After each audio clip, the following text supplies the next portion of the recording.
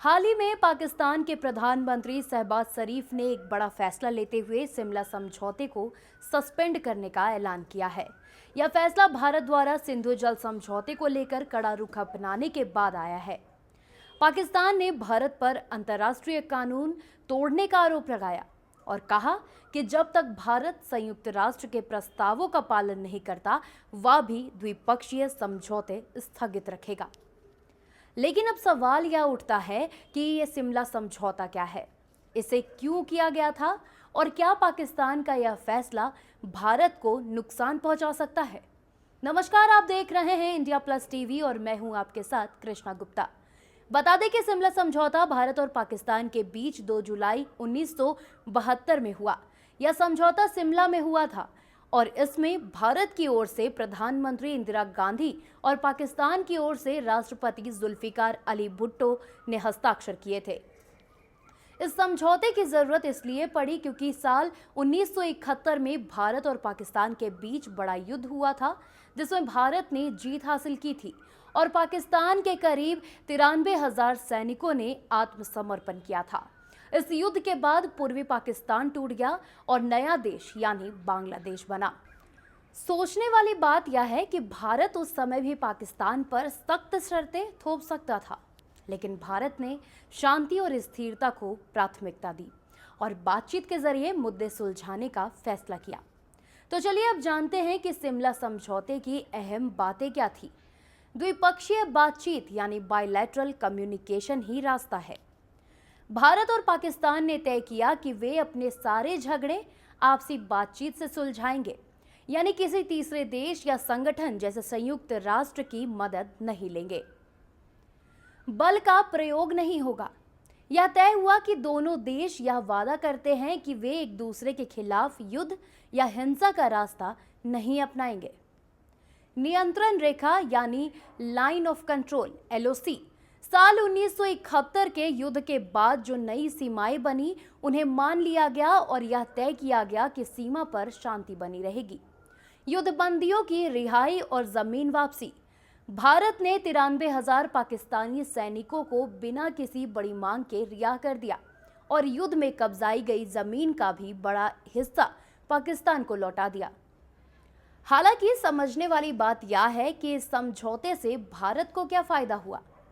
तो बता दें कि इससे भारत ने कश्मीर को केवल द्विपक्षीय मुद्दा बना दिया, जिससे पाकिस्तान को यह अधिकार नहीं रहा कि वह हर बार संयुक्त राष्ट्र या दुनिया के सामने जाकर कश्मीर की बात करे। इससे भारत की अंतर्राष्ट्रीय छवि मजबूत हुई कि वह शांति चाहता है और युद्ध के बाद भी इंसानियत को प्राथमिकता देता है। जानते हैं कि कैसे यह समझौता भारत के लिए बेकार भी साबित हुआ। बता दें कि समझौते के बाद भी पाकिस्तान ने इसका पालन नहीं किया। पाकिस्तान ने कश्मीर का मुद्दा बार बार अंतर्राष्ट्रीय मंचों पर उठाया, जबकि वह इसके लिए खुद सहमत नहीं था। वहीं साल 1999 में कारगिल युद्ध पाकिस्तान ने छेड़ा, जो समझौते का सीधा उल्लंघन था और लगातार आतंकवादियों को भारत में घुसपैठ कराता रहा, जिससे भारत को भारी नुकसान भी झेलना पड़ा।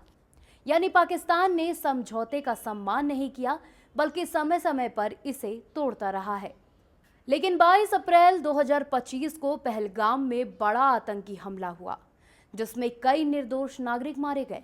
भारत ने इसके बाद पाकिस्तान के खिलाफ कड़ी कूटनीतिक कार्रवाई की और सिंधु जल समझौते को रद्द कर दिया।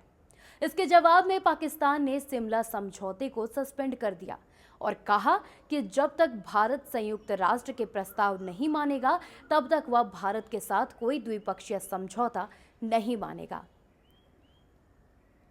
ऐसे में अब सवाल यह उठ रहा है कि क्या पाकिस्तान के इस फैसले से भारत पर असर पड़ेगा। लेकिन बता दें कि ऐसा माना जा रहा है कि कश्मीर मुद्दे पर पाकिस्तान फिर से अंतर्राष्ट्रीय मंचों का सहारा ले सकता है।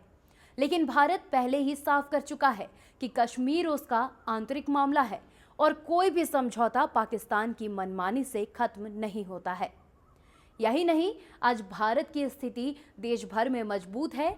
दुनिया के बड़े देश भारत के साथ खड़े हैं और पाकिस्तान को आतंकवाद से जुड़े मामलों में अलग देखा जाता है।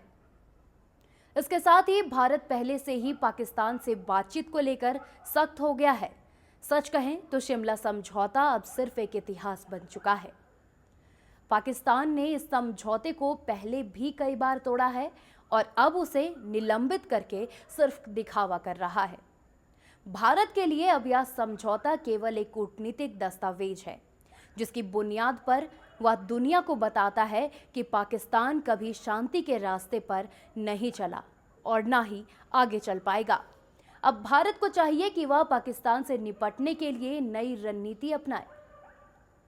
ऐसे ही विश्लेषणों को देखने के लिए और खबरों को देखने के लिए आप हमें इंडिया प्लस टीवी पर फॉलो करते रहें।